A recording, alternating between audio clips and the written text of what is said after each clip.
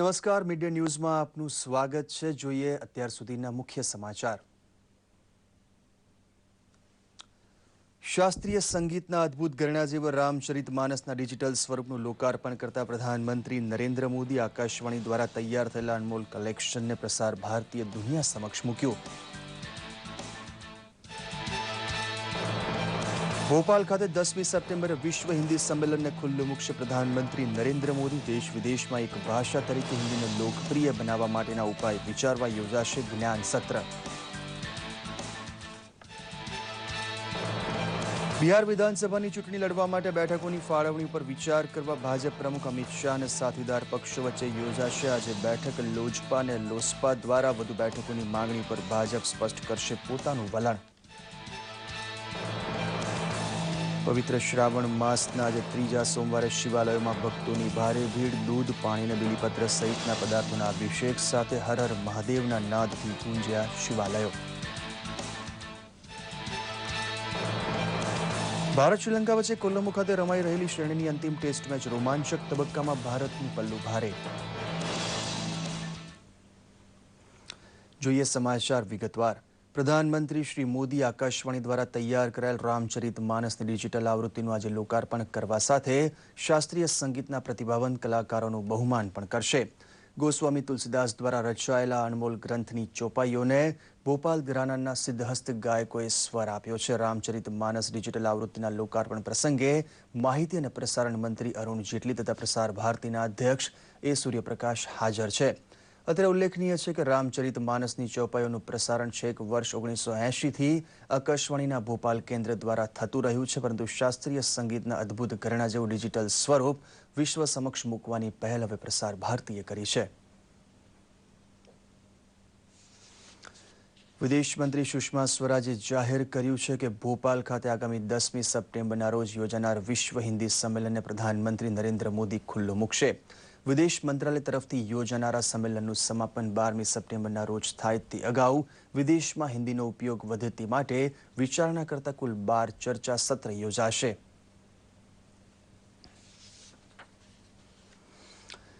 બિહાર વિધાનસભા ચૂંટણી લડવા માટે બેઠકની વહેંચણી વિચારવા ભાજપ તથા સાથીદાર પક્ષ વચ્ચે ભાજપ અધ્યક્ષ અમિત શાહની અધ્યક્ષતા હેઠળ એક બેઠક યોજાશે, જેમાં લોક જનશક્તિ પાર્ટીના અધ્યક્ષ રામવિલાસ પાસવાન તથા રાષ્ટ્રીય લોક સમતા પાર્ટીના અધ્યક્ષ ઉપેન્દ્ર કુશવાહ, હિન્દુસ્તાની આવામ મોરચાના અધ્યક્ષ જીતેન્દ્ર રામ માઝી સહિતના અન્ય મોટા માથા હાજર રહેશે. આવતીકાલે પ્રધાનમંત્રી નરેન્દ્ર મોદીની ભાગલપુરમાં રેલી યોજાવાની છે, ત્યારે આજની આ બેઠક અત્યંત મહત્વની ગણાય છે. રાંધણ ગેસનું કનેક્શન સરળતાથી મળી રહે તેવા હેતુથી ગઈકાલે પેટ્રોલિયમ અને પ્રાકૃતિક ગેસ મંત્રાલય દ્વારા સહજ ઓનલાઈન નામે એલપીજી કનેક્શન આપતી સેવાનો દિલ્હી ખાતે મંગળ પ્રારંભ કરાયો હતો. જે સગવડ દિલ્હી ઉપરાંત અમદાવાદ, બેંગલુરુ, ભોપાલ, ભુવનેશ્વર, ચંડીગઢ, ચેન્નઈ, હૈદરાબાદ, કોલકાતા, લખનઉ, મુંબઈ, પટના અને પુણે ખાતે ઉપલબ્ધ બની છે. પેટ્રોલિયમ મંત્રી ધર્મેન્દ્ર પ્રધાને આ પ્રસંગે કહ્યું હતું કે સબસિડીવાળા સિલિન્ડર જતા કરવાની પ્રધાનમંત્રીની અપીલ હેઠળ 25 લાખ કનેક્શન જમા થયા છે, જેની સામે 22 લાખ બીપીએલ પરિવારોને સબસિડી ધરાવતું એલપીજી કનેક્શન ફાળવી દેવાયું છે. ગુજરાતના એશિયાટિક સિંહોની સલામતી માટે રાજ્ય સરકાર ચિંતિત હોવા છતાં સિંહો વિવિધ કારણોસર મૃત્યુને ભેટે છે. સરકારે પ્રસિદ્ધ કરેલા આંકડા પ્રમાણે છેલ્લા 5 વર્ષમાં ગીર અભયારણ્યમાં 290 સિંહોના મોત થયા છે. સૌથી વધુ 257 સિંહોના મોત કુદરતી રીતે અથવા તો ઉંમર અને બીમારીના કારણે નોંધાયા છે, જ્યારે બાકીના 33 સિંહોના મોતનું કારણ કૂવામાં પડવાનું અને રેલવે અકસ્માતો છે. હવે રેલવે અકસ્માત અટકાવવા માટે રેલવે ટ્રેકની બંને સાઈડે ફેન્સિંગની કામગીરી શરૂ કરી દીધી છે. વર્ષ 2014ના ગીર વિસ્તારમાં 78 સિંહોના મોત થયા છે. 5 વર્ષમાં મૃત્યુ પામેલા સિંહોમાં 130 બાળ સિંહ હતા. અમદાવાદ, ગાંધીનગર સહિત ઉત્તર ગુજરાત, મધ્ય ગુજરાત તથા દક્ષિણ ગુજરાતના જિલ્લાઓ તેમજ કેન્દ્ર શાસિત પ્રદેશ દમણ દાદરા નગર હવેલીમાં વસતા યુવાનો માટે લશ્કરમાં ભરતી કરવા તારીખ 29મી સપ્ટેમ્બરથી 19મી ઓક્ટોબર દરમિયાન મહેસાણા પોલીસ ગ્રાઉન્ડ ખાતે રેલી યોજાનાર છે. આ રેલીમાં ભાગ લેવા ઉત્સુક ઉમેદવારોને www.joinindianarmy.nic.in માં લોગિન કર્યા પછી જ યોગ્યતાના આધારે તેઓને તારીખ અને સમયે હાજર થવા માટેનું એડમિટ કાર્ડ 13મી સપ્ટેમ્બર પછી આપવામાં આવશે. શ્રાવણ માસના તમામ સોમવારોમાં ત્રીજો સોમવાર એટલે શિવ ભગવાનનું ત્રીજું નેત્ર. આથી ત્રીજા સોમવારે શિવ શક્તિની સાથે ચંદ્રના મંત્ર જાપ અને ચંદ્રના શાસ્ત્રોક્ત મંત્રી તેના બીજ મંત્રીઓના ઉચ્ચારણ સાથે કરવામાં આવે તો જાતકને તંદુરસ્તી, દીર્ઘાયુષ્ય અને શિવના ત્રીજા નેત્રની આંતરસૂઝ પ્રાપ્ત થાય છે. શ્રાવણ માસના શબ્દની ઉત્પત્તિ શ્રવણ નક્ષત્રના આધારે થઈ છે અને શ્રવણ નક્ષત્રનો અધિપતિ ચંદ્ર ગ્રહ છે. ચંદ્ર એટલે સોમ અને સોમનો નાથ એટલે સોમનાથ. આમ શ્રવણ નક્ષત્ર અને શિવે પોતાના મસ્તક ઉપર ધારણ કરેલો ચંદ્ર અને ત્રીજો સોમવાર આ ત્રણેયના સમન્વયના દિવસે જો ભગવાન શિવના મહામૃત્યુંજય જાપ શિવલિંગ પર બિલીપત્ર ચડાવી કરવામાં આવે તો 33 કરોડ દેવતાના આશીર્વાદનું સુખ પ્રાપ્ત થાય છે. રક્ષાબંધનનો તહેવાર સુરક્ષા બંધન સાથે ઉજવવાની અપીલ પ્રધાનમંત્રી શ્રી મોદીએ શા માટે કરી તે સમજવા સુરતમાં બનેલી ઘટના જ કાફી છે. ઘરનો મોભી ચાલ્યો જાય ત્યારે સગા વહાલાની સાંત્વના ધીમે ધીમે ઘટતી જાય. બસ આટલું સમજો અને સમજાવો, બહુ નેક કામ છે. કેન્દ્ર સરકારે હાલમાં જ પ્રધાનમંત્રી જીવન જ્યોતિ વીમા યોજના અને પ્રધાનમંત્રી સુરક્ષા વીમા યોજના અમલમાં મૂકી છે. આકસ્મિક અવસાનના કિસ્સામાં આ વીમા રાહે મળતી રકમ મુશ્કેલીમાં મુકાયેલા પરિવારને રાહત આપે છે. સુરત નજીક કતાર ગામે આવો જ એક લાભાર્થી પરિવારનો કિસ્સો સામે આવ્યો છે. યોજનાનો લાભ એક લાભાર્થીને મળી ચૂક્યો છે.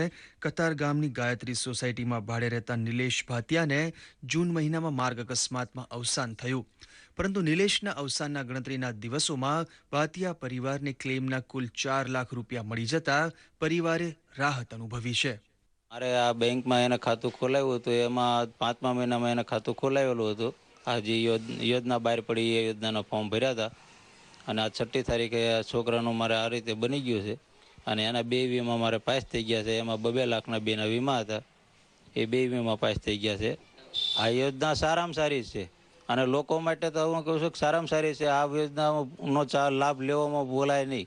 આ યોજનામાં ખાતા ખોલાવી જ નખાય. 2 યોજના લીધેલી હતી, બંને યોજનાના વીમા પાસ થઈ ગયા છે. 2 લાખ રૂપિયાના મળેલા છે અને એનાથી વધારે નહીં તો અમારો જે જીવનનો ટેકો થવાનો હતો એટલે થોડો ઘણો ટેકો થયો, જેનાથી શાયદ અમારો આશરો જે નથી એ આશરો એક બંધાઈ જશે. કેન્દ્ર સરકારની આ પ્રધાનમંત્રી જીવન જ્યોતિ વીમા યોજના અને પ્રધાનમંત્રી સુરક્ષા વીમા યોજના ગરીબ અને મધ્યમ વર્ગના લોકોને મદદરૂપ બની રહી છે. દૂરદર્શન સમાચાર, અમદાવાદ. નર્મદા જિલ્લામાં શેરડી ઉગાડતા ખેડૂતોનું શેર હોલ્ડિંગ ધરાવતી ઘારીખેડા સુગર ફેક્ટરીની નાણાકીય વ્યવસ્થાપનમાં શ્રેષ્ઠતા હાંસલ કરવા બદલ રાષ્ટ્રીય પુરસ્કાર માટે પસંદગી થઈ છે. National federation of cooperative sugar factories દ્વારા વર્ષ 2014-15ની પિલાણ સિઝનમાં ઉત્કૃષ્ટ દેખાવ બદલ આ સન્માન એનાયત થશે. આ સુગર ફેક્ટરી દ્વારા ખેડૂતોને વાવેતરથી માંડી પિલાણ સુધીના તબક્કે વૈજ્ઞાનિક જ્ઞાન તથા આર્થિક મદદ અપાતી હોવાથી અનેક આદિવાસી ખેડૂતો બે પાંદડે થયેલા અહીં દેખાય છે. શેરડીનું પિલાણ કરવામાં ઘારીખેડા કારખાનાનો નંબર 3 છે અને આગામી વર્ષ માટે પિલાણનો લક્ષ્યાંક 8.5 મેટ્રિક ટન જેટલો રખાયો છે. એટલે કે ખૂબ જ કરકસરયુક્ત વહીવટ કરીને ઓછા ખર્ચે ખાંડનું ઉત્પાદન કરીને આજે વહીવટ કર્યો છે, એના ફળ સ્વરૂપે આપણને એવોર્ડ મળ્યો છે. આ એવોર્ડ મેળવવામાં ગુજરાતના મુખ્યમંત્રી શ્રી આનંદીબેન પટેલ સાહેબ, અમારા સહકાર મંત્રી શ્રી, તેઓ તરફથી પણ અમને વારંવાર માર્ગદર્શન મળતું રહ્યું છે. કપાસ, ઘઉં અને મગફળી પકવતા અમરેલી જિલ્લામાં કીડા ઉગાડવાનો પ્રયોગ સાવરકુંડલાના ડીંટલા ગામે સફળ રહેતા હવે ખેડૂતો ફળપાક તરફ આકર્ષાયા છે. રવજીભાઈ જેવા પ્રયોગશીલ ખેડૂતનો અનુભવ છે કે પર ક્રોપ મોર ડ્રોપનો અમલ કરવાથી હેક્ટર દીઠ 75,000થી 1.5 લાખ રૂપિયા સુધીનો ચોખ્ખો નફો કેળા ઉગાડીને મળ્યો છે. ખેતીવાડી અધિકારી PS જોશીનું કહેવું છે કે કેળના ટિશ્યુ કલ્ચર હવે તૈયાર મળતા હોવાથી ખેડૂતો નવી ખેતી તરફ વળ્યા છે, જેમાં મજૂરી તથા જંતુનાશક દવાનો ખર્ચ પણ ઓછો આવે છે.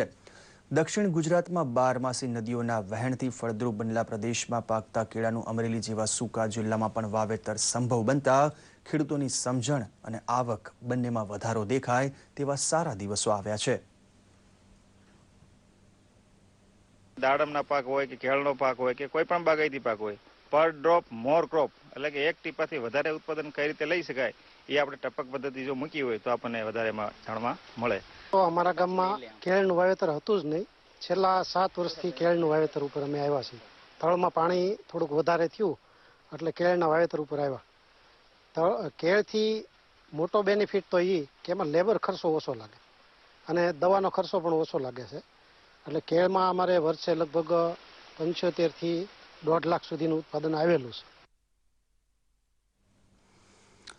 શાકભાજીની બજારમાં સૌથી મોંઘા ભાવે વેચાણ થાય છે તેવા કંટોલાનું ઉત્પાદન નર્મદાના જંગલોમાં અનાયાસે જ થાય છે, જે વીણીને આદિવાસીઓ 2 પૈસા કમાય છે તો કેટલાક ખેડૂતો તેના વાવેતર તરફ પણ વળ્યા છે. કેલ્શિયમ તથા ફોસ્ફરસ પ્રચુર માત્રામાં મળે છે તેવા કંટોલાનું સેવન પાચન તંત્રના રોગમાં અકસીર ગણાતું હોવાથી સ્વાદ કરતા ઔષધ તરીકે તેનું સેવન કરવાની પ્રથા ચાલી આવે છે. કંટોલાનું ખૂબ મોટું ફળ પાકતું હોય તેવો નર્મદા જિલ્લાનો પાક વેચાણ માટે ઠેર ઠેર જાય છે, પરંતુ હવે સોર્ટિંગ અને ગ્રેડિંગ દાખલ કરી તેની નિકાસ માટે વિચારણા થતી હોવાનું સ્થાનિક ધારાસભ્ય મોતીલાલ વસાવા કહે છે. કંટોલા એકમાત્ર એવું શાક છે જે શ્રાવણમાં થોડા દિવસો પૂરતું જ બજારમાં હોય છે. ની અંદરથી થાય છે અને નાના નાના છોકરાઓ અભણ અમારા લોકો તોડી લાવે છે ને રોડ પર 20 રૂપિયા 250 ગ્રામ 50 રૂપિયા 500 ગ્રામ નાના નાના બાઉલ પાનના બનાવીને વેચી દે છે. પણ ખરેખર એનું સર્ટિંગ થાય અને એને જ્યારે બહાર મોકલવામાં આવે તો અમારા લોકોને જે આજે 50 રૂપિયા 500 ગ્રામના મળે છે, હું માનું છું આવનારા દિવસમાં 100-150 રૂપિયા 500 ગ્રામના મળે. અત્યારે શ્રાવણ માસમાં અમને 80 થી 100 રૂપિયાનો ભાવ અમને મળી રહેશે ને સારો એવો અમને નફો થાય છે. કંટોલાની ઘણી માંગ છે. શ્રાવણ માસમાં એનો ખાવામાં ઘણો વિશેષ ઉપયોગ થાય છે. લોકો શાકભાજી તરીકે એનો દવામાં પણ ઉપયોગ કરે છે. ભારત શ્રીલંકા વચ્ચે કોલંબોમાં રમાઈ રહેલી શ્રેણીની અંતિમ ટેસ્ટમાં જે ચોથા દિવસે ભારતે બીજા દાવમાં લંચ સુધીમાં 5 વિકેટ ગુમાવી 132 રન નોંધાવ્યા છે અને ગઈકાલની 111 રનની લીડ સાથે ભારતની કુલ સરસાઈ 243 રનની થઈ છે. રોહિત શર્માએ અડધી સદી નોંધાવી હતી. ગઈકાલે ત્રીજા દિવસે રમત બંધ રહી હતી ત્યારે ભારતે બીજા દાવના પ્રારંભિક ધબડકામાં 21 રનમાં જ 3 વિકેટ ગુમાવી દીધી હતી, જેમાં પહેલા દાવમાં સદી નોંધાવનાર ચેતેશ્વર પૂજારા 0 રને આઉટ થયો હતો. પ્રથમ દાવમાં ભારતના 312 રન સામે શ્રીલંકાની ટીમ 201 રનમાં ઓલ આઉટ થઈ ગઈ હતી, જેમાં ઈશાંત શર્માએ 5 વિકેટ ઝડપી મહત્વનું યોગદાન આપ્યું હતું. આ મેચ ઉપર ભારતનું પ્રભુત્વ લાગી રહ્યું છે અને કોહલીની કપ્તાનીમાં પ્રથમ શ્રેણી વિજયની આશા રખાઈ રહી છે. આપ જોઈ રહ્યા છો મેચનું જીવંત પ્રસારણ.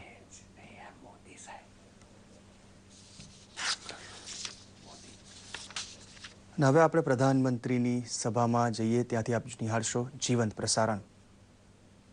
वही फाइलें, वही बॉस, वही असिस्टेंट, एक जिंदगी के बड़े महत्वपूर्ण 30-35 साल उसी में गुजर जाते हैं और ज्यादातर का मन बन जाता है कि चलो अब इस पाइपलाइन में घुसे हैं, 30-35 साल के बाद उधर निकलेंगे, जिस रूप में निकलेंगे.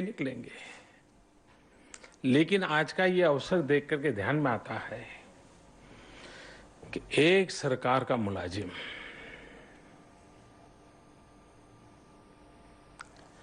जिसमें एक तड़प हो,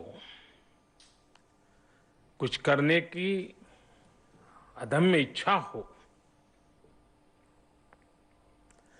वो कितनी बड़ी विरासत छोड़ करके जाता है. और इसलिए सबसे पहले मैं आकाशवाणी के उस एक सामान्य अधिकारी जिनके परिवारजन